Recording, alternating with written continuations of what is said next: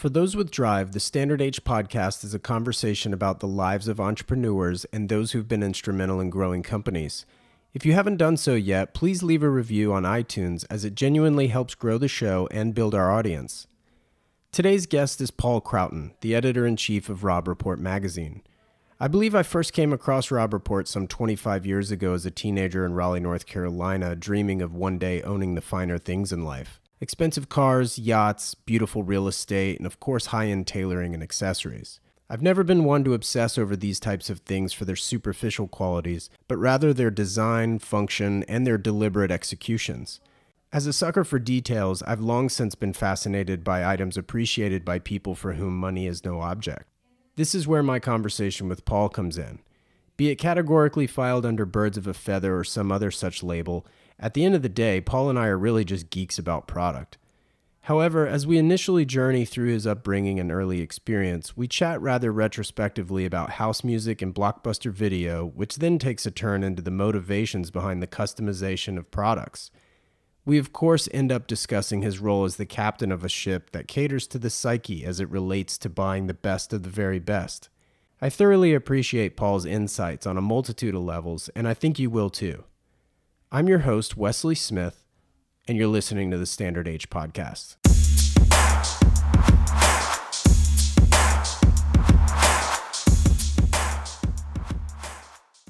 Paul Croughton, how are you?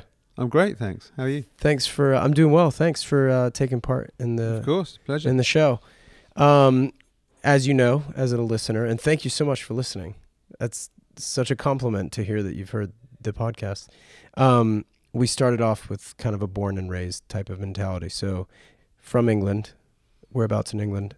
I'm originally from Hertfordshire, which is 25 miles north, kind of directly north of London. I had a pen pal from Hertfordshire when I was 11. It probably wasn't me. No, it was definitely not you. No. John Williamson was his name. I don't know. Apologies. That's so crazy. There's a few of them there. Yeah. There's a few people around in Hertfordshire. But I've been living in London, or previous to coming here, I was living in London for 20 plus years.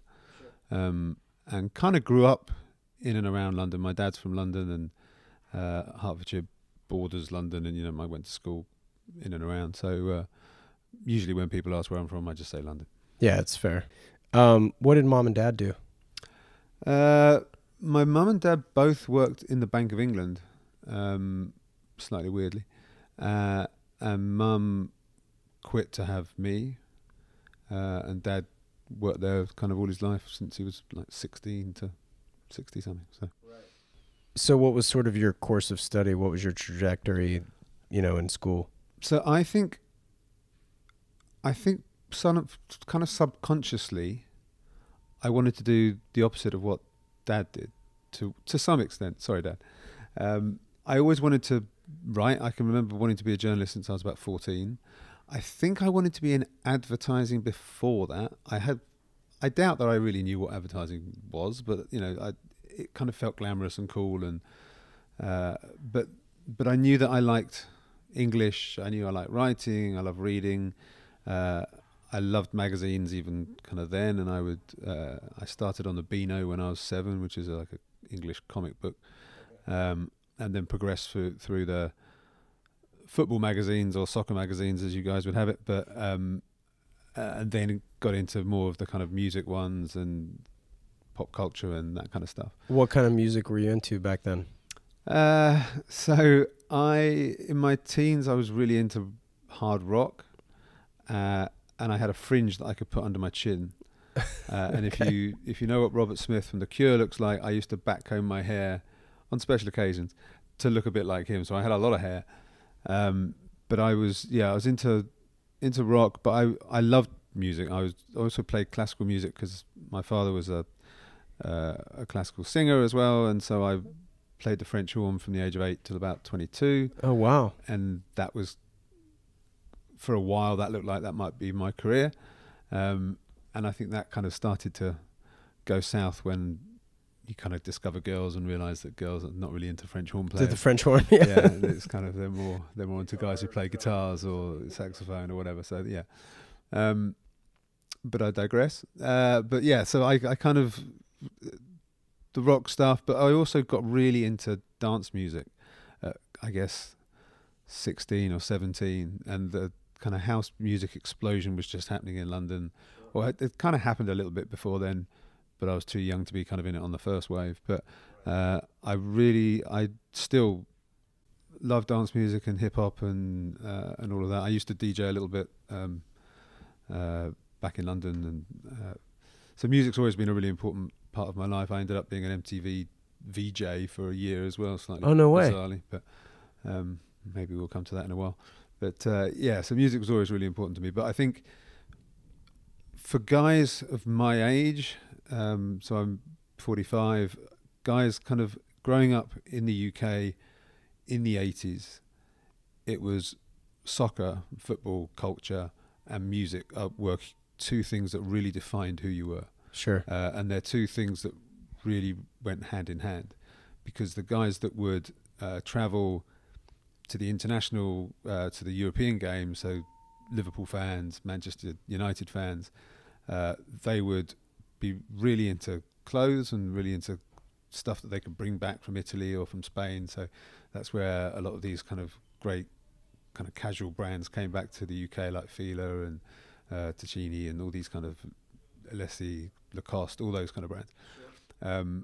And music was a massive kind of part of that as well, because they would go out, watch the football, right, have a drink or two, go clubbing, you know. So that was all part of an identity. And so when you were growing up, I was far too young to be doing that in the 80s, but that culture kind of trickles down into schools and into your teen years, and that you just know that kind of instinctively you know that music's an important part of who you are and will remain no matter how old you get. You know, if you carry that with you, it's kind of like people always talk about football being something you can always talk to another guy about. You know, if you go to a kid's party now and you can talk about sport. You know, sport is that great common factor, and soccer.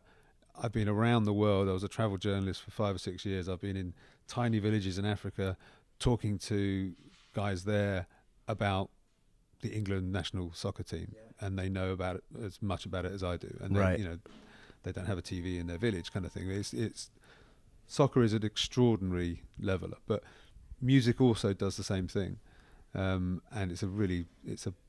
it was and remains a really powerful thing for me. The universal language, right? Music. Yeah, it's the kind of, there used to be a thing when you were a kid, and you were kind of like the sum total of the books on your wall or books on your bookcase and the albums in your record collection, and you know the football team you supported. It was the weird thing of kind of what your identity was. You know, it's interesting you say that, because like a lot of times I ask people, either be it on the podcast, but even just in my personal life, like, what music did you listen to in high school? Like, for the American school system, obviously. So I would always, because I think that's such a, you know, formative years, obviously, and like such a definitive thing that like most folks that listen to something in particular in high school, that never exits the playlist, I think, for their entire life, I would say. Just there's something about rehearing a song that you heard first when you were at school. Complete transportation. Absolutely. You're back to the kind of that moment where the girl you like kind of looked at you and sort of looked you up and down and walked away, and immediately you're that kind of nervous, kind of confused, gutted kid again. Or you're back, you've just scored the winning goal at some kind of soccer tournament or whatever it might be. Right. They say smell is the most evocative of the senses, but you know, tied to memory. Something about music is that, you know, you'll hear a song and you can just. It's one of the things I used to love about clubbing. You can, when the DJ drops that particular song, you can see people in the club turn to their mates and go tune, and it's, you know, everybody connects to it the same way. It's that whatever that song might be, you know, 10, 15 years old. Yeah, no, absolutely. Now that you bring it up, no, 100%. Yeah. So, what were some of the first jobs out of school? I did loads of terrible Saturday jobs, and I worked at Blockbuster Video. No way. Which is now no longer with us. But rest in peace. Yeah, this was probably back in the day of VHS. And to show how old I am, this was before they even had barcodes on the cassette, on the video case. Right. So that you would scan it. You had to you had to kind of type things into the one dusty old computer. And I remember doing this on a Saturday night, and there was a queue going out the door and down the high street, because it used to take me so long to find a video, because it was not organised. It was, we were sitting in this incredible library at PMC with all these books and magazines on shelves behind us. It's slightly giving me flashback fear, because it was this was, someone would say, I want Platoon, and you'd think, okay, well, that'd be under P, or it might be in war films, but it was just, you'd look under P and it was nowhere to be seen, and it's telling you that it's in, and it was just an absolute horror show. So that was not a happy working experience. But in terms of a job that had anything to do with what I do now, I was quite lucky. I did English and American literature at university, and then after that I went to City University in London and did a postgraduate periodical diploma, periodical meaning magazines. So I did a 1-year thing, which has subsequently now turned into a master's, but it wasn't a master's when I did it. So sorry to interrupt, but what sort of drew you to the written word? I'm really bad at maths. Oh, it was kind of fair. I've always been okay with words, and really, really bad with numbers. I don't know. I mean, that's slightly a facetious answer, but I've always loved stories and loved reading, loved magazines and newspapers, as I said. I can remember waiting for my dad to come home from work so that I could ambush him and get his briefcase and get the Times of London paper and find out what the football score was from the game that was played 24 hours earlier, because obviously there was no internet, there was no phone, you could just sort of watch the game live. You couldn't do any of that kind of stuff when I was 10 years old. But then I would kind of flick through the paper and kind of see all these weird stories and whatever. So stories have always been slightly fascinating and a bit hypnotic for me. I find them very calming. I find reading in that way, and I love the curated form of going through a newspaper or going through a magazine, 'cause it's knowing that someone's thought that should go there and that should go there, and when you turn over we're going to hit you with that, and that's going to surprise you, which is one of the difficulties with newspapers online, or particularly on phones, because it's just a scroll after scroll after scroll, and you don't really get that sense of discovery and finding something else on the page that the picture just grabs you or whatever. I'm only staring somewhat blankly at you right now because I'm still the magazine guy. I love the tactile turning of a page, and I guess I've just never associated / identified the fact of what you just said, of that element of surprise on the next page. That's brilliant. Yeah, I think it's really important because we all like to be surprised, and we all like to, however subconsciously, surrender something of ourselves to a journey or to an experience, perhaps is a better word. And it's funny when you look at people reading a magazine, some people start from the back and go back to front, some people start from the front and go to the back, some people kind of flick through and then kind of pick a feature and start reading that. There's lots of different ways of reading a magazine. Right. I always used to start right from the front and read every single word until I got to the back. But now I start at the front and flick through and then may put it down, which probably speaks more to how little time I have in my life more than anything else. And then I'll go back to it over the next few days and read a bit and do that kind of thing. But just the process of buying and reading and carrying, and that tactility of a good quality paper stock, especially at the kind of high end of Robb Report is a super luxury magazine, so I think it's really important that we have a good quality paper stock and we have large pages, and the experience of reading the product is a luxurious one. Sure. But I think that's got a lot to do with how this little resurgence in print magazines and these niche publications that's why they've succeeded, because people want to have that feeling of having paper in their hands. It's an experience. Yeah, it's really interesting. But I think it's print is not dying. Right. So you mentioned you were a travel journalist. Yeah, so just to go back to the schooling stuff, so after I finished, or when I was doing my university, or the periodical diploma thing, there was a fax put on a wall, which is another thing that dates me wildly.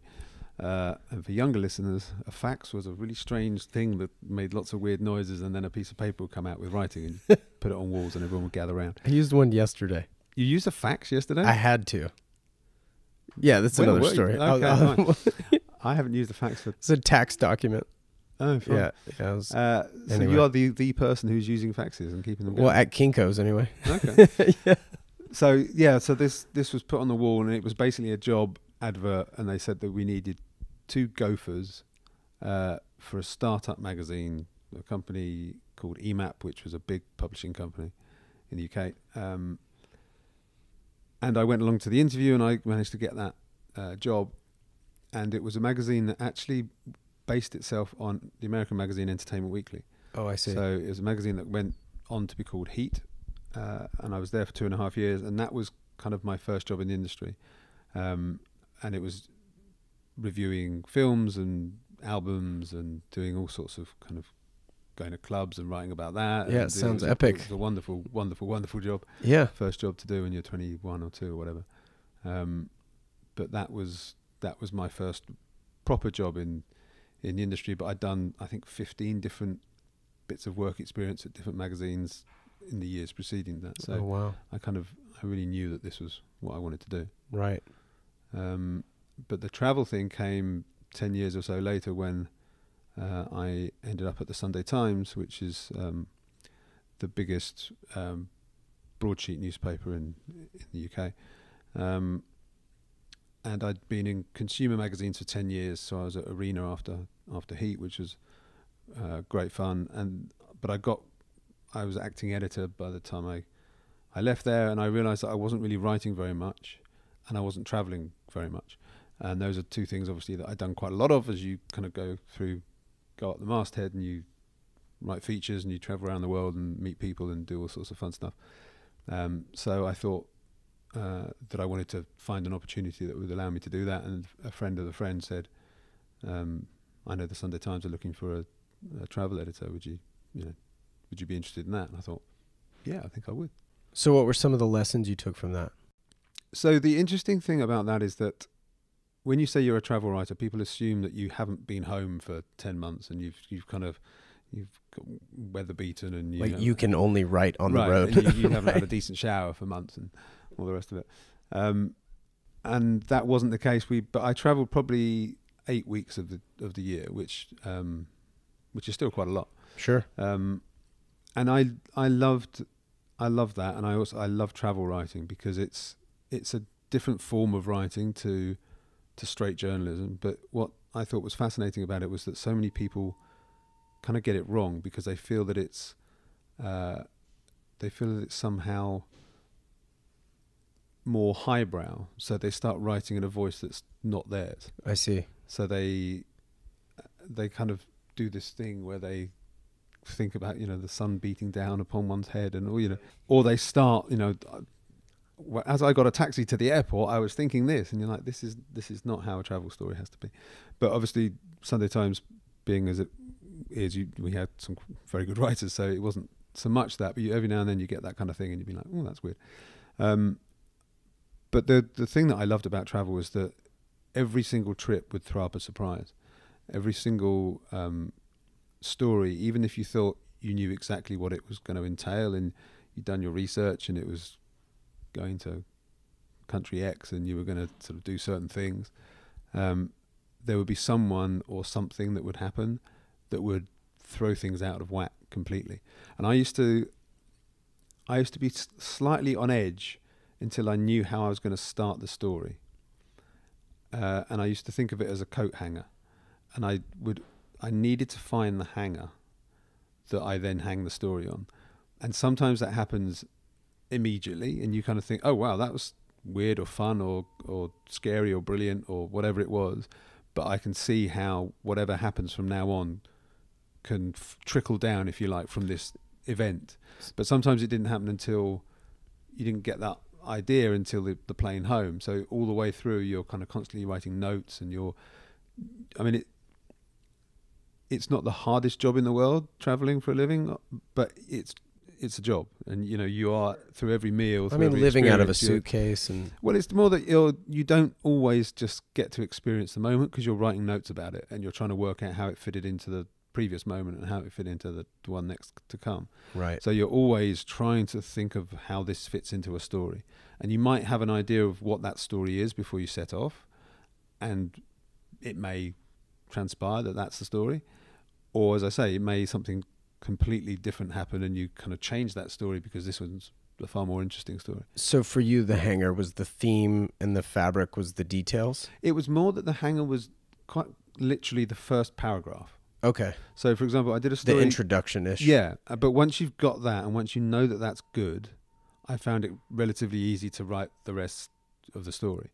But on a good travel story, I think the opening paragraph of any story is vital because it's the only way you're going to get anyone to carry on reading. But on a travel story, there are so many kind of ways into a story, and so many of them aren't always brilliant. You've got to try and find that thing that really hooks the reader, really sucks them in. Is that verbiage or is it structure? I think it's more. I think sometimes it's humor.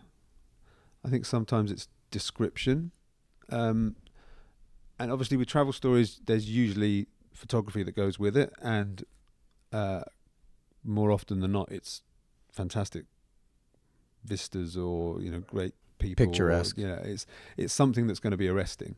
So you know that you're going to be helped in that regard by the imagery that's on the page. Mm. But more than that, you just have to find something that is the epitome of the story, or it's the nugget of the story. So, for example, the first story I wrote for the Sunday Times was actually a piece about a holiday I'd just taken in Buenos Aires in Argentina, and actually it was just a small story about eating a lunch outside and taking a piece of bread and seeing a cockroach in the bread basket. And there was something about just seeing that, and the cockroach didn't run away. It just kind of looked at me, and I looked at him, and he looked at me, and I looked at him, and he looked at me. And when I was trying to think of something to write later on, I just remembered that moment. I thought, well, that actually didn't end up being my opening paragraph, but I knew that was going to be a pivotal moment in the story because it was unusual and funny, and I knew that people would go, oh my God, but they would want to know what happened next. So there's always that kind of moment, but more often than not, it was the first paragraph for me. If I knew what that device was, whether I was introducing a character or whether I was describing, describing food or drink or an experience, a moment, is usually quite a good way into these kind of things. But once I got that, then I felt really comfortable about the rest of the trip, rest of the adventure, and I was able to relax a lot more. And those stories were often, or those experiences were probably better because I was then a bit more relaxed, and you tend to see more things. Right. But that was a lot of fun. Being fortunate enough to go around the world and do some daft things and see some things. Yeah. That was fun. You serve as editor-in-chief of Robb Report today. I do. But you previously worked for the magazine, yes? So yes, sort of. So yes, I was the launch editor of Robb Report in the UK in 2016. But this was before PMC, the company that owns it now, bought it. So I didn't, and because it was a licensed version, a licensed edition, I didn't work for the global Robb Report company. I was part of a creative agency. I was a partner in a creative agency in London, and Robb Report was a client, essentially. And that was an extraordinary experience because we were really fortunate that the previous owners did a very peculiar deal for us, that we created a joint venture rather than a license agreement. And normally, just as a bit of explanation to your listeners, if you're going to do an international edition of a magazine or whatever, it's your franchise agreement. So in your contract, you have to take a certain amount of the mothership's content, and you usually put bit of local content at the front and the back and package it all together and off you go. Right. But back then we felt that Robb Report, that it didn't really speak to a contemporary British audience. So we managed to negotiate that we would be able to do an entirely bespoke British Robb Report and create our own content that would more appropriately speak to an English audience of or British audience of 25 to 50-year-old successful men. And so Is that how you define the customer today? Within, give or Yeah. take, those parameters? Yeah, pretty 25 to 50 men. I think it's kind of probably in the American product is 30 to 60. We are a men's magazine that a lot of women read, and with the exception of men's clothing, there's pretty much nothing in the book that is gender specific. Sure. So when you're talking about food or drink or cars or art or design, travel, whatever, we don't talk about it as. So as a man, when you walk on board this boat, you'll think this. It's just, here's a boat. The teak wood feels different under a man's foot. Exactly. And we know that we've got probably a quarter of our readership are female. And when we do Car of the Year events and we do all the other events, a lot of the time the guys are getting pushed out of the way by the women who say, I'm driving this one first, or, whatever. So we've got a really committed female following. Interestingly, we also covered jewellery, which I don't think any other men's magazine in the world covers in the way that we do. We cover women's jewellery rather than we do men's jewellery also. But we look at that as an art form, but also as an investment. So I think we cover it in the way that men are interested in jewellery. Right. And it's still the case that a lot of jewellery is bought by men. A lot of it is bought as a partnership with their partners. But it's often, certainly I think in America, it's still the guy that completes the transaction, rightly or wrongly. We are certainly seeing a lot more women buying their own jewellery and buying kind of big, and when I talk about jewellery, I'm talking about these big statement pieces that cost sort of 6, 7, 8 figures. That become like estate jewelry, things like that. Yeah, exactly. Right. So, but that's kind of an interesting element of our composition and the menu of stuff that we do. But yes, I think Robb Report is quite a broad church in terms of kind of age and demographics. So what would you consider the mission statement to be of the magazine? That's a great question. So we have a franchise that we do every June and we've done for the last 31 years, which is Best of the Best. And that issue basically tells the reader what is available, which is the best of every category. And really Robb Report exists to highlight the best of the best. So in whatever category, be that style or watches or cars or travel or whatever, we are interested in great stories, beautiful products, big ideas, but they have to be at the very, very highest end. And our commercial partners and brands that we do events and other activities with, we are very, very careful to really only work with the absolute cream, because our audience are very, very selective. They're very successful. They are very picky. And the interesting thing I find about our audience is that they really want to understand the value. Sure. And I think it's a truism to say that rich people are rich because they don't give their money away, but smart, successful people tend to want to know what they're spending their money on. And so if you say, this car is $3 million, they're not against paying $3 million for this car, but they want to know why. They want to know what they're paying for. They want to know, how is it better than what they've got in the garage? Or, and the same with watches. If you say this particular watch is a piece unique and it's $500,000 or $1 million, they really want to get to the nitty gritty and find out exactly why, what's gone on to, how many craftsmen have been involved in the making of it. They want to meet the makers, they want to meet the CEOs. And at that level, I think what's fascinating is that a lot of these collectors, and a lot of our audience are collectors, they have personal one-to-one relationships with the people that own these brands. That's very cool. So it's not when that's possible. So I mean, you take a brand like Rolex.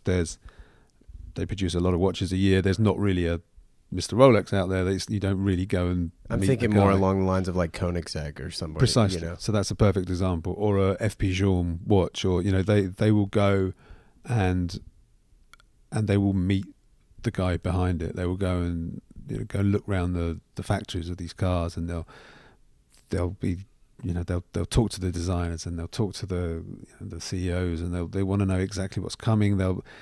Well, and it also makes it more real too when placing an order for a car, when something is sort of quote unquote bespoke, right? Be it your paint to sample color or what have you for your vehicle. Yeah, and it just makes it more personal. And it's been a much longer experience. You don't walk into a showroom and go, "Great, I'll have that red one." Right. It's so you take Rolls-Royce and the Cullinan, the SUV that they produced last year. Was it last year or the year before? I think it was last year.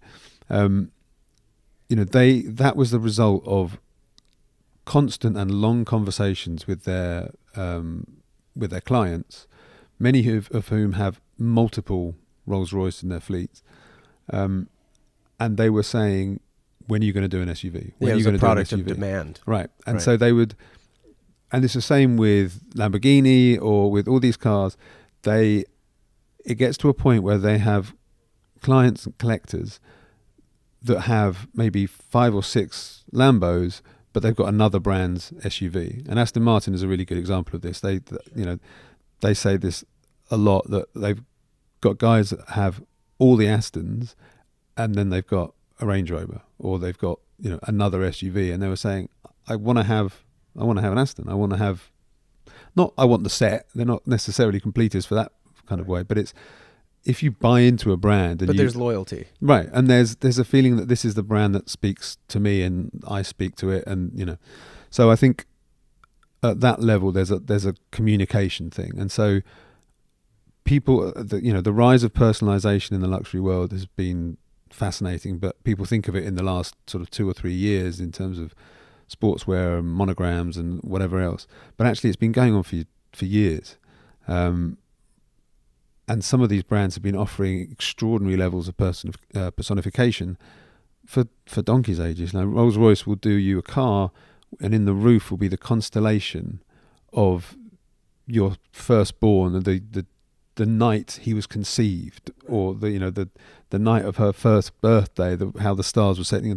It's insane, the levels of detail that some of these brands will allow you to exhibit, and because it literally does not change the performance one iota.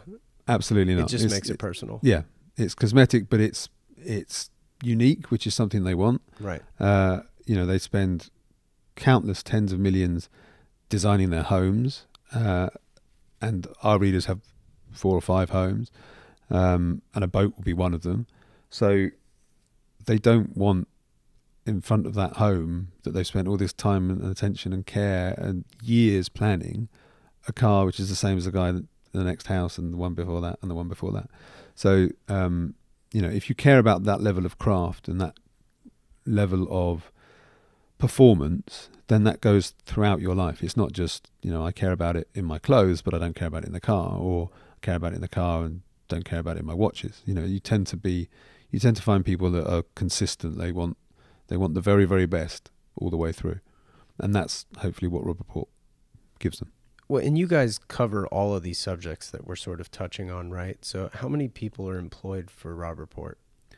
So we have an editorial team of, I think, around 25. So there's a small team. Yeah. There's 16 or 17 here in New York, and there's another 7 or so in LA, so slightly less than 25. And we've got one remote in Florida, and but we also, there's a big events team which is in LA. The sales and marketing team is here in New York. But editorially, and we have 24, 25, and then we have a team of freelancers that we use. But we have 18 international editions, so globally there is a little network of Robb Report editors that we can tap into and we have conversations with, and try and share stories and share. And I would imagine your touch points on the business, right, is pretty diverse given your title. So yeah, so my office is next to the managing director, and he looks after the kind of financial side of the business, but I run everything that's editorial and content.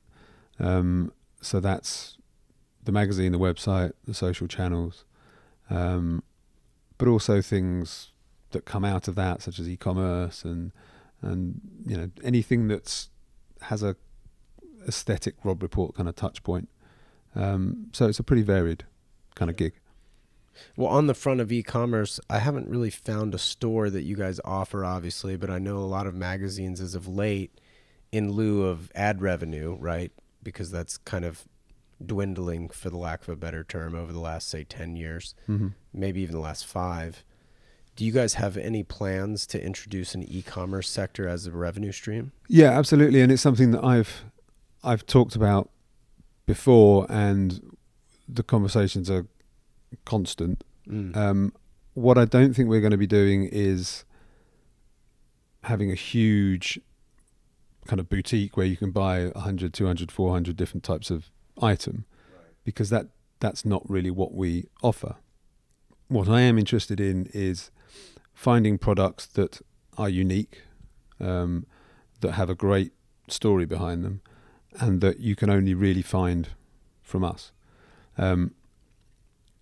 It takes a little while to find those kind of products, but funnily enough, before I came down here to meet you, I was in a meeting talking about doing our own, I'm not sure that I can say what it was, but it might be a drink, or in the hospitality kind of thing. So that would be, if we can get it off the ground, that would be something that really makes sense for us, that I know our readers would love, that would be a collectible item, and that would then, it would be a limited product, so I think demand would be relatively high, and that's where I think it's really interesting to position Robb Report, and put your personal stamp on it.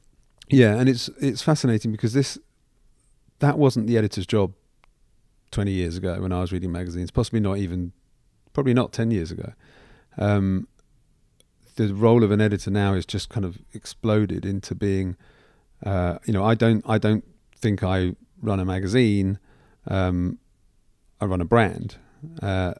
It's not just a website, or it's not just a lifestyle. It's a lifestyle brand, exactly. Yeah. So the editor now is a kind of guardian to all of that, which means that the traditional kind of skills you learnt at college or in your early kind of part of the career, out the window. They're still required, but they've gone from being like 70-80% of the job to being kind of 20 or 30% of the job. I see. And so you have all these other things that are now kind of really important too, but that just makes it more fun. I mean, it's a lot more challenging, and you have to broaden your base quite dramatically, but the thing that you don't always have to be the expert, and I think some people think the editor has to know everything, right? And if you think about all the ranges of things that we cover in our magazine or online, I'm absolutely not the expert on all of those things. I just have to know people that are, so that if I need to commission a story about them, I go to the guy who's the best in the country at writing about X, or whatever. So we have people on our teams who are incredibly knowledgeable about their specialist subjects, and we also have this kind of phalanx of writers and photographers and people out there who are deeply immersed in certain subjects. What do you find to be the most difficult part of your job then?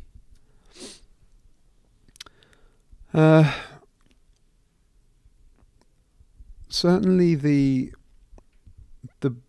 best and the hardest part of, I think, any job, and when I talk to CEOs and when I talk to other business owners or leaders, everybody agrees on this.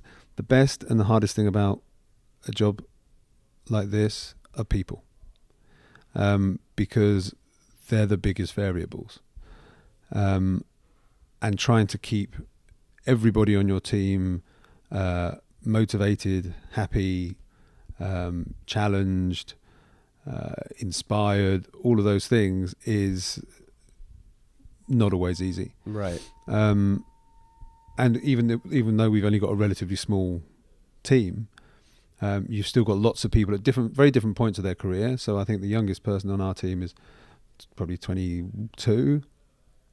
I think the oldest is probably in their 50s or 60s. So you've got lots of people at different points of that kind of career path. You've got people who are native to digital and they understand everything kind of instinctively. You've got some people who perhaps really don't, but then they understand other things, and it's trying to create this jigsaw that that works as much of the time as you can possibly get it to. And one of the things that I found challenging was recruitment, because Robb Report was previously based in LA. Robb Report's been around for about 45 years, and I think it was originally based in Boston, but for certainly the last 20 years and possibly more was based on the West Coast. And when I came here from London 18 months ago, Jay Penske, who runs this company, said, do you want to be based on the East or the West Coast? And for me, it was always going to be New York, because that's where the center of luxury for the US is very much. There are certain industries that the West Coast, cars and wine among them, makes a lot more sense. But in general, the businesses are here. A lot of the consumption is here. And also it's so much closer to London, Milan, Paris, some of the other great kind of hotspots of luxury. Sure. So that meant hiring pretty much a new team, or a good chunk of a new team here. And that was obviously an area that while I've been coming to New York for 20 years very regularly, and I love New York, I didn't have that many contacts here. So that was certainly challenging. But with things like that, it's all, you find 2 or 3 people that you really trust and you believe in, and you allow them to open their networks, and they say, they ask 20 people, and those 20 people ask 20 people, and you soon start to put feelers out, and you find what you need. Sure. What is the difference within the industry, be it associated with Robb Report specifically or not, or if it's industry specific, how a magazine weighs the sales of a physical copy versus what's read online? Do you guys look at that? I mean, what are those metrics like? What is any one weighted more than the other? Because I know circulation historically, right, is 2.5 readers per magazine sold, because it could be left in an office, right, or what have you. Or the number of people in a household is usually. Right, yeah. So what are you doing now with internet readers, and how do you weigh that? Yeah, it's a very different kind of process. We know how many subscribers we have, and we know how many copies are sold on the newsstand. So we have a kind of a print number, and obviously that helps sell those pages to advertisers, and so that's kind of the traditional model. And we actually, although print has been called this kind of sunset industry, and it's true that there is a decline going on in print advertising, we're absolutely not immune to that, but I think we are declining slower than some. Do you think that's because of the demographic you cater to? Possibly, and I think it's also because there aren't that many places where brands can talk to those people. Right. So brands really want to, really want to advertise in our print product, because they know that a certain type of person is going to be reading it, and we know that Robb Report shifts product for brands. So if they see something in Robb Report, whether that's in an advert or editorial, we know, because we hear anecdotally, that people come into stores with, their assistants have got a page ripped out and says, right, I want that, whether it's a watch or whatever it is. So we know that there's still an inherent value in our print product, and advertisers know that as well. But certainly more and more advertisers are looking towards digital. because they want a younger audience, or they want an audience that has migrated, in some cases, from print to digital. But also because we all, we spend so much time on our phone, and that's where we consume so much. So we do look at that a lot and think, how can we best speak to people there? What kind of content do they want there? What's the difference between their reading experience? Excuse me. We do spend a lot of time thinking about what the different reading experiences are. So we know that people who read the print product do so with probably a bit of time on their hands. They carve out a bit of time, whether it's in the back of a car or whether it's on a plane or a boat or wherever they are, or at home of an evening where they've got an hour to spend some quality time with us. Sure. Whereas more often than not, people read digitally in fits and starts. So they might go on for one, they search something and they'll find one story, read that, go on for another, and then get distracted or go off somewhere else, or then think, I want to check on social, or So or we the know light's green, I gotta go. Yeah. Quite. So there's our consumption habits are very different digitally than they are in print.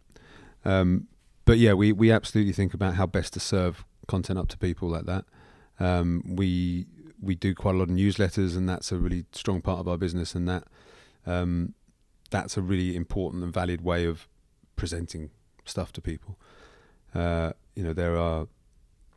a daily newsletter with, I think, 5 stories that goes out to 150,000, I think, people, and that's a great way of disseminating content. Are you a watch collector but having trouble finding something cool and unique? I mean, the last thing you really want is what everyone else has, right? Well, this is where my friend and former Standard Age podcast guest Tim Jackson comes in. He and his wife Jana own Passion Fine Jewelry in Solana Beach, California, where you'll find an incredible assortment of independent watches waiting for you in their shop and online. And if you're getting engaged, have an anniversary coming up, or simply have another reason to buy jewelry, they have you covered. Passion Fine Jewelry also employs a goldsmith on staff for any custom desires, so you're able to go that route if you so choose. Visit Passion Fine Jewelry when you find yourself in Southern California, but they're also open 24 hours a day at passionfinejewelry.com. You can also find a wealth of information through Tim's blog, independentintime.com, where he covers anything independent watchmaking related, among a plethora of other information, so check that out as well. I've really enjoyed creating these podcasts on behalf of Standard H and sharing each of these personal stories with all of you. We each have goals, and it's the entrepreneurial spirit that inspired me to start the company. You can further support the brand and the podcast by visiting standard-h.com to pick up your choice of merchandise, and as always, thank you for listening. Lastly, if you have a moment, please rate and review the show. It makes a tremendous difference in keeping these things going. Now back to my conversation with Paul. So how does the magazine then go about finding new readers? Because you guys obviously have a very specific subset that you cater to, right? Mm-hmm. So call it the 1%, right? Or even the 1% of the 1% potentially. How do you find new readership, especially, like, how do you advertise given that your magazine is a vehicle for advertising as well? The irony behind that as well. So I think a lot of the digital content is marketing in a way, sure, because that disseminates far quicker than you can ever do with a magazine. But we don't. I mean, I don't think of the magazine as the kind of the mothership and everything else around it. They speak to different people. While it's certainly true that the magazine is in many ways a calling card for the brand, the digital content, the website, and the social increasingly are just as important. And people, I think it's really important to give people touch points during the course of a day, during the course of a week, during the course of the month. So you get our magazine once a month. We still produce 12 copies of Robb Report a year. We do 2 copies of a magazine called Muse, which is a female-focused Robb Report. and we do another magazine called The Host Guide. So we actually produce 15 magazines a year. All for one subscription? Not the Muse one. The one subscription will get you Robb Report and The Host Guide. Gotcha. But Robb Report as a brand and entity produces 15. But that's kind of, that's monthly, and there's a hell of a lot of content in there, but you want to be reaching people almost whenever they're on their phone. Right. So that's why, so many different social channels, you're constantly surfacing stories, the newsletter, responding to events, trying to be at the front of that kind of luxury conversation. The newsletter exactly is in people's inboxes, so that it's a daily reminder, like, hi, we're here, we exist. But also some of the other ways, we talked about e-commerce before, services or whatever it might be, that Robb Report can be so much more than just a way of delivering stories. We do a lot of events that involve travel. We do a lot of experiences that you can't really find anywhere else. So we want to be part of people's lives in a kind of meaningful way, which sounds incredibly cheesy, but is actually true. And we have this RR1 club for, I guess, our most committed readership, and these are the people that come to our events, or that it's almost like a little network. They know each other. They come to events together. They'll say, "Oh, so you're going to go to the culinary masterclass here?" And okay, and those are paid events typically. Yeah, absolutely. They tell their friends, and they say, "Oh, you should come to this thing." And I read the Robb Report. You should come and find it. So they're a really important kind of outreach opportunity for us as well, because they're real advocates. Because some of these guys have been reading Robb Report since they were teenagers. Sure. So it's a mixture of things. But we don't want to. We obviously want new readers, and we obviously want younger readers, but we're not. I think we would damage the brand if we were on every street corner saying, "Hi, Cooey, come and please be our friends." We're a brand that's not necessarily for everybody, and sometimes people have to find us at the right moment, and they might have different reasons for finding us. Particularly online, I think. In print, our audience is probably a bit more established and a bit more, a bit further down a luxury journey, if you like. Whereas online, we're much more like that older big brother, who is the person who can say, "Yeah, that's you know how to make a martini." There's lots of people that will tell you how to make a martini, but here's a really interesting twist on a gimlet, or this is how you start collecting wine, and this is what to look for, and this is how you lay it down. Or Rolexes are fantastic, and you've got your dads, and that's great, but you've got your second bonus now. You could absolutely go and buy another Rolex. Or there are a bunch of other brands, and we'll tell you about maybe we'll tell you about Gerald Genter, who's designed some of the greatest watches, and he's probably the only watch designer that lots of people know about. But yes, he's designed some of the big ones, but before he did the Royal Oak and before he did the Nautilus, he was doing some interesting stuff over here for Universal Genève. Or you're trying to broaden people's outlook, or give them options, and teach them a bit, but also allow them to explore and find things, and enjoy that process. Because we hear this all the time. And you'll know this as someone who's interested in cars and clothes and tech and all these kind of things. A lot of the time, it's the chase that's as interesting and fun and rewarding as the actual moment of ownership. 100%. Exactly. Yeah. If you're looking for a particular car, or you're trying to find a particular reference watch, half the time it's all about looking on social, joining forums, sending little emails out, talking to dealers, talking to all this kind of stuff, and maybe traveling to a new city because you hear something's happening there, or talking to manufacturers, and they're saying, well, we'll put you on a list, but you might have to wait a while, and all this kind of jazz.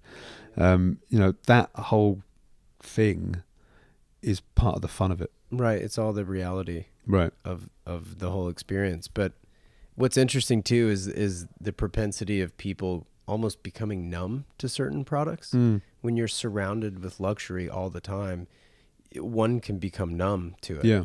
And it's no longer a Lamborghini or a Ferrari. It's a car. Right. Right.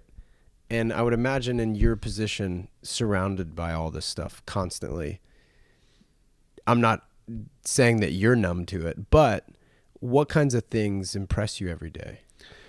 Well, I'm not numb to it because I don't own. Right. I don't own it. Fair. But what kind of things impress me? So that's really interesting. So I find myself drawn to different types of things, and there are some things that I've always been really into. So I'm really into style. So I like clothes. I've always been into clothes. Even when I had that ridiculous Robert Smith haircut, I was ripping my jeans in a certain way, but I was getting my mum to sew in old T-shirts, so I'd have like Jimi Hendrix behind my ripped jeans, his face peeking out my knee, exactly. Or I can remember even when I was about 12, getting my mum to sew a label that was on the inside of a pair of chinos. I wanted it on the outside band because that was a way of customizing it, that no one else would have that. And it wasn't particularly that I wanted to, they weren't a bit expensive or, rare pair of, it was a pair of chinos, gosh. But we're back to the constellation conversation. Right, exactly. So Yeah. I've always kind of been interested in that kind of thing. I'm really interested in vintage barware, bizarrely. So kind of Art Deco, like brass and gold and things. Well, yeah, kind of like cocktail shakers or glasses or whatever. And there's a company called Napier that makes these, or that used to make these fantastic silver cocktail shakers in the 30s. And some of them, they famously did this one that was shaped like a penguin. And then there's lots of reproductions have been done since, and you can buy these reproductions relatively cheaply, but the originals are stunning and go for thousands of dollars. And it's just, going online when you're bored and you've got a cocktail in your hand and just seeing if you can find one of these originals and, that kind of thing. The originals have a hinging beak. So you shake and pour and it all comes out the beak. They're really cool. They're just cool items. And it's just fascinating going through and just trying to find out about these companies and, where they come from, how they had these big moments, and then they kind of disappear slightly, or they change and do something else. Kind of an Easter egg for yourself at home.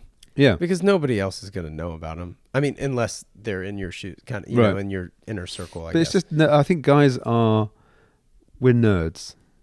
Guys are geeks. We just love product. Yeah, people like us, I think, that's. But I think, but it's what that product. This is the role of stories again. It's what that product says.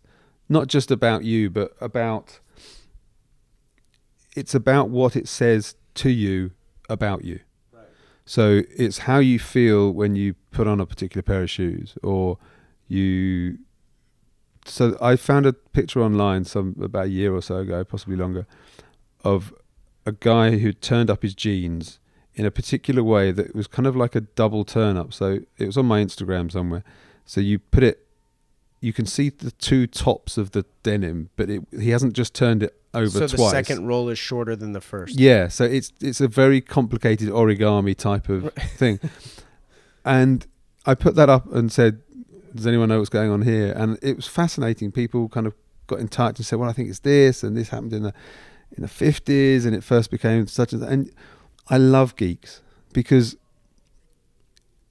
being a geek is certainly, for a long time it wasn't very cool, but actually lots of guys are geeks about something.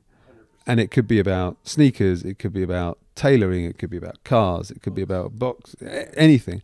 But when you find someone who's passionate about something, almost it doesn't matter what they are, passionate about, if they can tell you about it in a particular way that grips you, that kind of excites you, 10 minutes later you find yourself thinking, I've got to find that book, I've got to find that gene, I've got to find, it's kind of, my gosh, how have I not heard of this? You're missing out. Right. And it's that fascinating thing of just, and then you get that moment of clarity going, hang on, I don't care about that, I don't want to know about that, but you're sucked in, and that's what I like about storytelling, is the ability to kind of take people on a little adventure, and at the end of it they're as passionate about something almost as you are.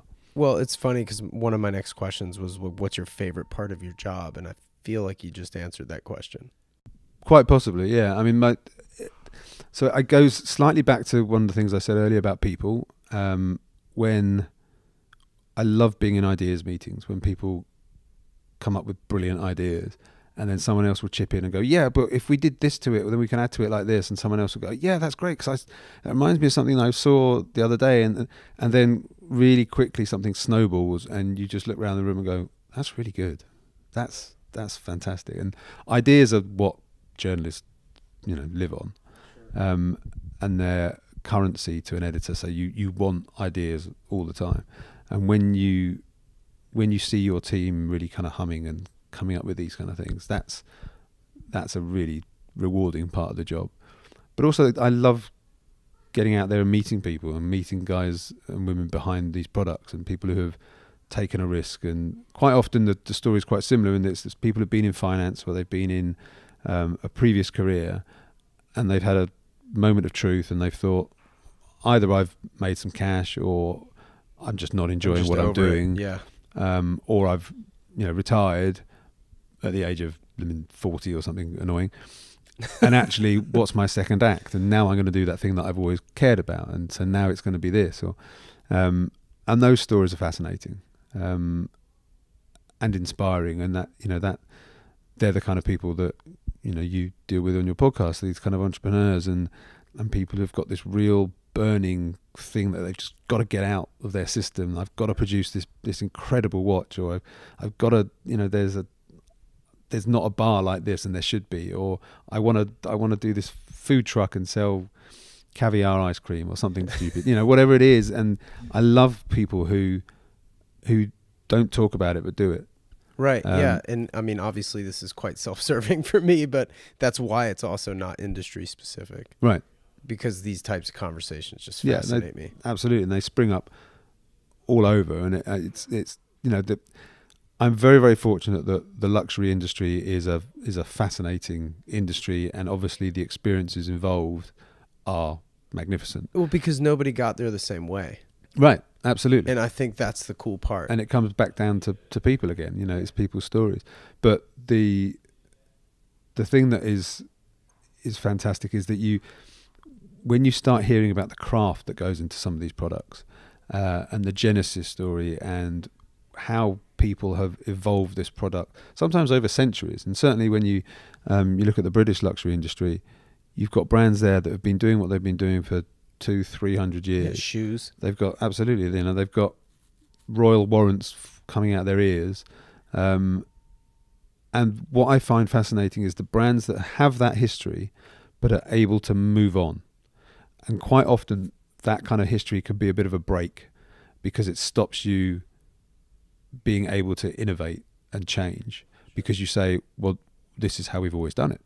So we can't think about doing it with a sustainable material, or we can't think about reducing our workflow or our manufacturing way, or this is how we do it. Whereas the really exciting and the really innovative companies are the ones that say, we've been doing this for a certain time, and now we're going to change, and we're going to take the ethos and we're going to take the spirit of everything we've been doing, but we have to change. And here we are as a new version, or often you don't even know that they've changed particularly, but they're suddenly very well positioned for the next 20 years. And I mean, that's Rolex, right? Like if you send your watch in to get serviced, they oftentimes replace the parts because the new parts are quote better than the previous parts. Yeah, they believe so anyway, right? And that's a whole can of worms. But yes, a lot of brands, watch brands will do that, and you have to specify. But they're trying to move the needle. Don't polish it. I want those old parts and all the rest of it. Right. Well, and speaking of evolution, to sort of tie it back to the magazine quite directly, is the article on Greenland that you guys did. How important are these cultural articles to the magazine versus just product-based stuff? They're really important. So that was one of my big mission statements, I guess you could say. It felt to me that that was something that was possibly missing about the brand, and my experience as a travel editor, but as a journalist for 20 years, is that it's not, products aren't the be all and end all in any possible way. Again, I'm going to telling the same story, but it's people, and it's the human story behind so much of this kind of stuff. And travel is a profoundly important part of the human existence, I believe. Education, for sure. Right. And going out there and seeing different ways of life, seeing people who are struggling with different experiences and different things, but also seeing how your actions impact other people and at the other end of the world. Or, I think that's increasingly so. I mean, it's vital now with what's happening in the world. We are all part of the same ecosystem, and so you have to have a bigger picture toward everything you do. But I never wanted Robb Report to be a catalogue. I never wanted it just to be this thing where you kind of see a pretty shoe and a pretty yacht and back to your 400 SKU store that you're talking about. You don't want it to be that. It can't just be this thing that is just about stuff. Right. It has to be bigger, and it has to be, and is about ideas and kind of grand schemes and philanthropy, and how we can be better than we are right now, and how we can try and affect some serious change, because actually Robb Report's audience is incredibly influential, and so I think there's a responsibility that comes with that. And we've just put the April issue to bed. In about an hour's time, actually, we'll finish putting that to bed. And the big story, the cover story for that issue is Who's the Next You, which is a new thing we're doing where we've spoken to a bunch of business leaders, and we've asked them, who is the next you? Who is the person that is not necessarily just in your industry? So, we're not asking an architect to nominate an architect, but who is the person that's most caught your eye, that most impressed you, and that is doing things differently, who's an innovator, who is really trying to make a difference. And so we've got some really interesting people introducing us to some more really interesting people, and that kind of stuff is really fascinating for me. Well, one thing I think is fascinating, frankly, is the car of the year and the way you guys go about doing it. What is it, 250 readers or something like that? Something like that, yeah. It's we have these members of the R01 Club, and we have about 18 different 2-day periods over the course of a month or so. We do it in Napa Valley, and we do it in Florida, in Boca, yeah. And basically the itinerary is you arrive the afternoon of day one, everyone gets together, we have a nice cocktail party, and not a lot of drinking is done, because the next day is the driving day. And that morning we get up very early, we have a breakfast, we have a quite extensive briefing on the cars, people are partnered up, and then during the course of the day you drive between, depending on how many cars we have that year, but it's usually between 10 and 12, and you get 20 minutes to half an hour at the wheel of each of these cars. But you have to judge them and rate them, and everyone has an iPad, and you're asked a lot of questions. It's a great day out, but it's hard. So do you work. have a co-driver? And Yeah. they're asking as you're driving? Well, so no, you're so like... you finish, so you're in partners, you're in pairs, and so I'll drive for half an hour, and then you swap over, and the other guy will take over, or person will take over, and then you have a break, and there's like a 5 or 10 minute pause before you go into the next vehicle, and in that moment you go through all the questions. So it's, what was the torque like, what was the handling like, what was the interior fit like, would you would this fit with your other cars? Can you see yourself buying it? What is its weaknesses? What is, lots and lots of questions. And then all of these things are kind of tallied up, and you give a point score at the end of it. And then that evening we have a really fun judges dinner. Usually fantastic, certainly out in the West Coast, we go to some wonderful vineyards, and we have people taking us around their estates, and then we have some phenomenal wines, and chefs come in and make these beautiful meals. And then everyone gets up and takes the mic, and we ask them 3 questions. What car surprised you most? What was your favourite? And what would you add to your collection? We don't announce. We often announce the winner of that group, but we don't announce the winner until the February issue. Right, until the magazine comes out. Right, that's cool. And it's a really fun couple of days. So what kind of expenditure is that, though? Like, is a lot of that not donation based, but like advertise, like say the winery throws at the wine or whatever, or is it just like, okay, this is 20% of our marketing budget for this year? No, so we have partnerships with a lot of these companies, and the car manufacturers put forward their cars. The car, for sure.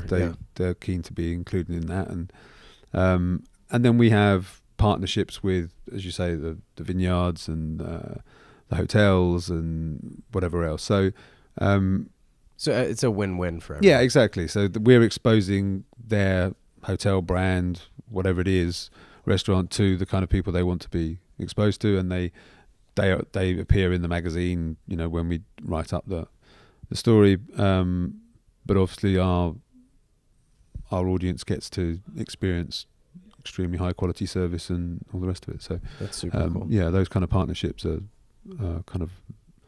are really important to this kind of thing. Now, to be a part of the RR1 club, what does that entail exactly? So it's a free membership, but there are certain you have to go through certain stages. So you don't just kind of sign a form and you're a part of it. There's a membership kind of committee is the wrong word, but you go and meet some people and you have a conversation, and you just need. We have to make sure that you will want to be part of it and you'll enjoy what we're putting on, and we need to get to know you before we know that you'll enjoy it and that you'll be part of our community. There's like a vetting process. Yeah. For the lack of a better description. I was trying not to say that. Right. Yeah. So you're not just a part of a mailing list at that point. Like no, and it's you're not actually based on, we don't say how much money have you got in the bank, or it's nothing like that. It's genuinely a thing of, do we think you'll enjoy what we're putting on? And these are... And engage. Yeah. And then each individual kind of event is a paid for event. Yeah, so it's a really nice community, and lots of people have made lifelong friends. Oh, I'm as sure. part of it, and it's a good thing. When you're 50, there's no summer camp, so you might as well go drive. There is if it's car supercars. Yeah, that's fantastic. So what kind of products are you most jazzed about? Be it you said apparel, right? Yeah, so I like. You seem to be a watch guy too. I love watches. What are you wearing right now? So what I'm wearing now is not a particularly flash watch at all, but it's Jack Hoyer's release that he did on his 80th birthday. So it's a Carrera limited edition Hoyer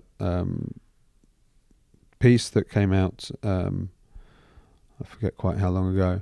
But the reason I like this particular watch is that my first watch that I can really remember loving was a Tag Heuer Formula One thing for like 40 odd years ago. Well, not quite, 30 years ago. And my grandparents bought me that watch, and it was like £100 or something. It wasn't an expensive watch; it was a quartz watch. You still have it? I do still have that. Yeah. Oh, very nice. But then when my grandparents passed away, there came a piece of money, and this was one of the things that I got through that. But it was more a continuing the link to my grandparents, and that's what I mean about there's always a people story behind any kind of product. But watches are funny things because no one needs a watch anymore. But it's one of the few pieces of jewelry that most guys feel comfortable wearing. Mm-hmm. The Apple Watch is an incredible piece of kit and can tell you all sorts of stuff, but there is a lot of people that want that mechanical heartbeat on their wrist. Most of my watches, I don't have a huge amount, but most of them are hand wound every morning, and I like that connection to it. I like the fact that you're kind of jump starting its mechanical heart, and sure. It's, you have that moment where you are touching and looking at your watch and winding it up. Yeah.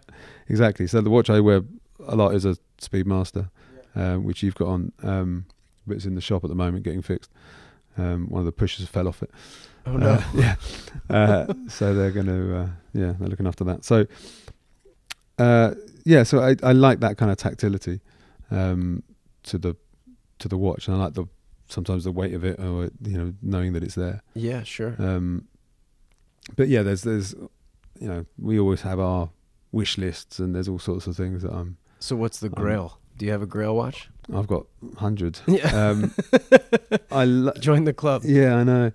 I love perpetual calendars. I really love triple calendars and the kind of the day windows and the different the way the different brands do the date and the kind of dates either around the tacky scale at the end at the outskirts, and the moon phase dials. It's beyond and the fascination for me. I'm just perplexed by a perpetual calendar. Yeah. With the 29th day of February. Exactly, and how they make that work. Every fourth year, and like it's math far beyond my comprehension precisely, as well. Precisely. So, I would love to one day start a collection of that kind of thing. Sure. Well, you're a city guy, so living here in New York. Yeah. Are you a car guy then? I've kind of oddly, for the Robb Report editor-in-chief, cars have never been a massive thing for me. They were for my father, who loved Italian sports cars, and we had Lancia HPEs growing up, and I used to love that car. Awesome. But for a long time, because I lived in London, I didn't drive an awful lot, and it's like being in New York. We don't have a car here. Right. So a car was never really a thing of necessity for me. Certainly in the last kind of 5-10 years, I've enjoyed driving a lot more because I've had much better cars. And when I've been behind the wheel at various things, or when I've had loan cars or whatever it might be, you lose your soul and heart to them all over again. So I am a car guy in that sense, but I'm not someone who's had decades worth of kind of nerding out to them and or allegiance to any reading brand. the mags and all the rest of it. Yeah. So, what recently pulled your heartstrings then? In terms of cars? Yeah. The Bentley Continental 3rd generation was extraordinary. I've only heard good things about that car. It's insane. Just the level of finishing was wonderful. The feel of putting your foot down on that and just feeling that movement, but the how smooth that movement was. And I'm not, so I have I've smashed up lots of parts of my body, so I have now kind of chronic pain in my left leg, so I have more or less constant pain in my left leg, so I can't really get comfortable in sports cars. So if I, like in the car of the year this year, I could barely get out of the Lambo. So my dream cars weirdly are not super fast sports cars. You want something heavy with a long wheelbase. But I want to be comfortable. I want to be in style. I want to be comfortable. So, and actually things like, Range Rover Autobiography is one of the most comfortable cars I've ever driven, because you're driving in a kind of armchair in a cloud. Yeah, it's phenomenal. And Rolls Royces for the same thing. But yeah, the Continental was particularly stunning. And actually the Bentayga, when the Bentayga launched, I took a Bentayga around Monaco, and lots of people I know don't necessarily like the look of the Bentayga. I certainly think the Continental is a much more attractive car. But when you're driving the Bentayga, that's a hell of an experience. Sure. I enjoyed that very much, and and even driving that around Monaco and trying to squeeze through these ridiculous turns, and the great thing about Monaco is they're not impressed by anything. So you could be driving a Apple Core around the thing, and they'd be just like, oh yeah, that's the new Apple Core, whatever. They've seen it all before, but trying to swing that around some of the roundabouts and narrow roads of Monaco was quite hard work. But oh, that's cool. Well, if I may, I want to steal/borrow your magazine column, The Answers, and ask you several questions that I pulled from the magazine, actually. What have you done recently for the first time? What have I done recently for the first time? This is why we give people the questions in advance for this column, because they're such good questions. They need to be thought about. Well, this is far from gotcha. Yeah, no, exactly. What have I done recently for the first time? Well, moved to New York, for one. This is the great thing about this opportunity, is that there's pretty much everything I do here is kind of for the first time. Even though I've been coming to New York for years and years and years, I always used to live downtown, or stay downtown, or hang out downtown. When I came here, my son was 11 months old. I came here with my wife. We didn't want to go anywhere near downtown. I wanted somewhere kind of incredibly boring. I asked everybody where the most boring neighborhood in New York was. What did they say? They all say the Upper West Side. Oh, so that's where we moved to. But just the walking around some of the parks, or taking my kid around, on his scooter down certain streets in the neighborhood. I feel like I'm incredibly lucky to be here, and so that would be certainly something that I've done recently. That's cool. What, apart from more time, would make the biggest difference in your life? Well, I might steal the answer that someone else used recently, which is teleportation, because there's a lot of places I would like to be, and there's a lot of things I could do if I was in LA for the night, or if I was doing this, or I was attending an event in wherever. Right. And I would certainly put that to good use, I think. Sure. What's the first thing you do in the morning? Tragically, the first thing I do in the morning is often pick up my phone. Is it work related or personal, or what is it? Usually work related. Usually it's checking emails. Even before that, though, I probably cock an ear and see if my son's asleep, or if he's chatting away in his bedroom. If he's asleep, then I know that we might get 5 minutes peace in the morning. If he's chatting away, then I know that I need to go and get him. And how old is he now? He's 2.5. 2.5, yeah. So he's running around like crazy. Oh, he's charging around like a lunatic, yeah. Yeah, awesome. He is mobile. Most recent thing you regret not buying? I don't often regret things like that. I think I would much rather regret things I do than don't do. There's often opportunities for art that kind of come up, and sometimes it's not particularly, you look back and you think, well, I'm glad I didn't get that, because actually aesthetically that's not where I am now. Right. There have been things, it's more things like on my travels, or if I've been somewhere that's meant something to me and there was something from that part of the world that I didn't buy, because you don't often get the chance to go back there and get it. So right. I went to Vancouver and Vancouver Island, is where my wife and I got engaged, but we were on the search for, this was again when I was traveling. I'm quite big into conservation and wildlife and things, and I used to be really into wildlife photography, so I was out there trying to find this white black bear. It's called a spirit bear. Okay. And depending on who you believe, there's between 60 and 600 of these bears still alive in the world, and they all live in this part of Vancouver, the kind of tropical rainforests off the Vancouver Island. And we saw grizzlies and we saw black bears, and it was just the most extraordinary trip. But we didn't actually see this white bear, so I had to go home and write this story about looking for this bear and not actually seeing it, which is a weird thing. But there was quite a lot of art that we saw there that was in some of the hotels and some of the lodges by some of the kind of the First Nation peoples that we were with, looking for this bear, some of the guides and things. And I loved that and still love that, and I wish I'd invested more in that, because investing is kind of the wrong word, because it's not something I would ever sell, but I occasionally think back to some of those pieces when they're big and dramatic, and I think actually I would love to have had that with me. That's interesting, Vancouver. That's where I had my bachelor party, but that's another conversation. That's a whole different podcast. What does success look like?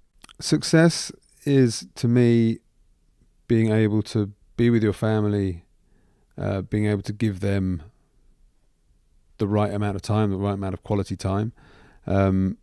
Increasingly, that's never going to be lots of time. But being able to be present and to do that as best you can, if you're able to do that and be what you need to be at work, I think you've probably got a pretty good balance. I'm not really sure that I would like to retire now. I don't. If someone said, right, we're going to wave a magic wand and this is success and you can now do whatever, there's something about having a drive that I like, but being able to spend more time with my family and to maybe take them along on more of this kind of adventure would be nice. Nice. If you could learn a new skill, what would it be? I'd like to cook better. Cooking. I used to cook a lot. I used to love cooking. You should just hire Chef Keller and Thomas Keller out. I'm sure he'd help us. Valley. We do a lot of work with him, so I'm sure he'd sort something out. That's something that I think I should be better at. But my wife is a much better cook than me, so unfortunately she gets the leading role in that. I'd also like to speak better languages. I think that the world is still a very diverse place, and to be able to be in communities and speak their language is an incredible gift. And that's not something I really have in my locker anymore. What are you afraid of?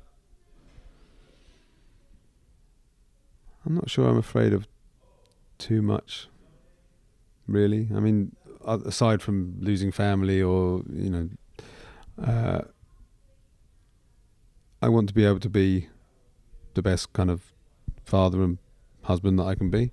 When my leg was particularly painful, when that first happened, I was pretty afraid that I would lose quite a lot of mobility, and pain's a strange thing, and when you're in pain a lot of the time, you lose the ability to smile and laugh and be taken away from yourself. It's like someone tapping you on the shoulder. So there's been points in my life where I thought that I was worried about that. My father has had in his time quite a lot of pain in his life, and I've seen him manage that incredibly stoically and with great dignity, but it's not a fun part of living. Right. On the heels of that. Yeah, that's a cheery thing. Your favorite hotel in the world?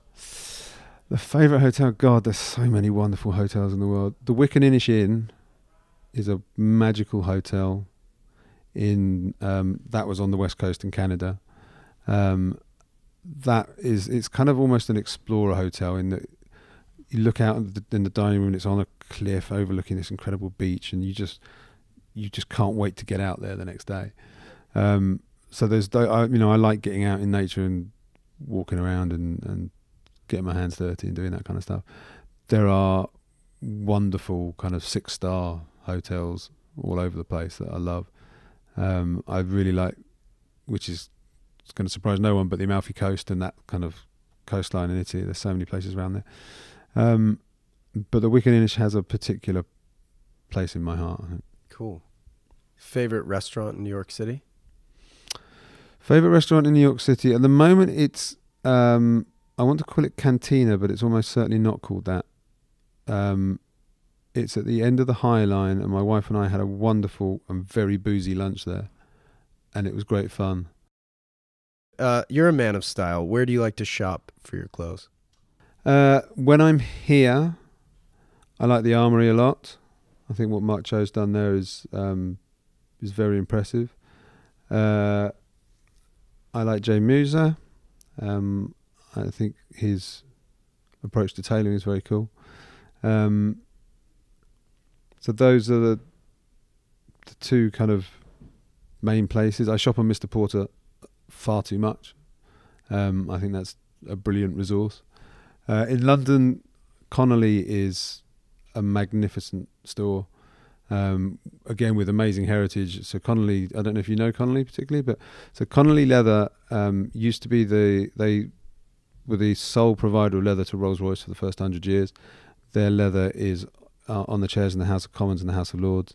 They've provided interior leather to Ferrari, Aston Martin, Bentley, but they've since turned it into this kind of menswear brand, which has extraordinary and very luxurious and very beautifully made clothing, but also incredible objets d'art and knickknacks and just the coolest stuff.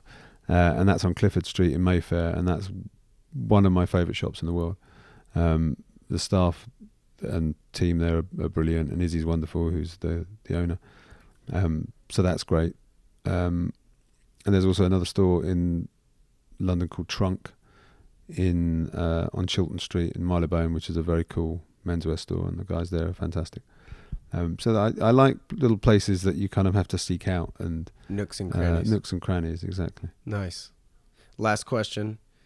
Recently you had New Jersey versus Long Island bagels in the office. Indeed. New Jersey lost. They did. What was the criteria of this bagel competition? The big question. So it was, I think it came out of the recent comments by the mayor of New York about how he takes his bagels, and then that became this great thing, and everyone sort of chipped in, and it was a big media story about whether you like them with peanut butter or not, or toasted or not, or whatever. And so two of our team just decided to bring bagels in and have this kind of bagel off. So everyone got to taste them, vote. We did a secret ballot, and then the winner was announced. On Long Island. But funny enough, someone brought in bagels from their neighbourhood today, and I think they're even better. Oh, no way. Yeah. So we'll keep it going. Nice. Paul, I can't thank you enough for taking the time. Pleasure. It was great fun. Yeah, this was super fun. Really appreciate it. Not at all. All Thanks right. for having me. Looking forward to the next issue. Me too. Thanks, man. Thanks very much. Cheers. I'd like to thank Paul for hosting me at Robb Report's offices. We wound up having a bit of a happy hour sharing some delicious scotch. So again, thanks so much for having me and being so generous with your time. As always, shout out to Clear Audio for the noise canceling headphones, as well as to Jensen Reed and Super Beautiful for supplying the theme track. Thank you for listening. Stay tuned for another episode in 2 weeks' time. And as always, take care of yourselves.